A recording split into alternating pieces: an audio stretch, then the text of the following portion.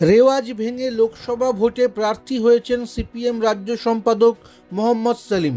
মুর্শিদাবাদ ভোটের দিন নতুন নজিরও গড়েছেন। ভুয়ো এজেন্টকে ঘেঁটি ধরে ধাক্কাধাক্কি করেছেন তিনি।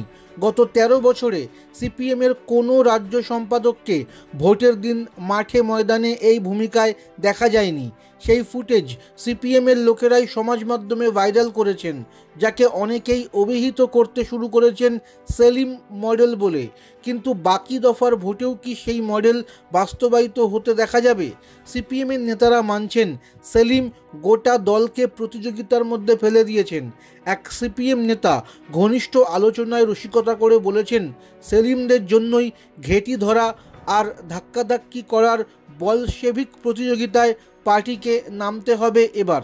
সিপিএম সম্পর্কে এবং সিপিএমের মধ্যেও একটা কথা চালু রয়েছে, দলের যত লোক ফেসবুক করেন তত লোক যদি বুথে সংগঠন করতেন তাহলে দলকে এই রক্তশূন্যতার জায়গায় পৌঁছতে হতো না।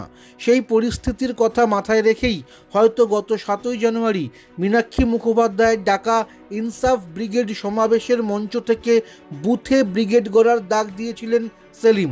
তারপর ভোটের মধ্যে সেলিম যে উদাহরণ তৈরি করেছেন তাতে গোটা দলই যেন চ্যালেঞ্জের মুখে।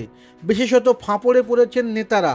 রাজ্য সম্পাদক করতে পারলে জেলা বা এরিয়া স্তরের নেতারা যদি না করেন তাহলে নম্বর কাটা যেতে পারে।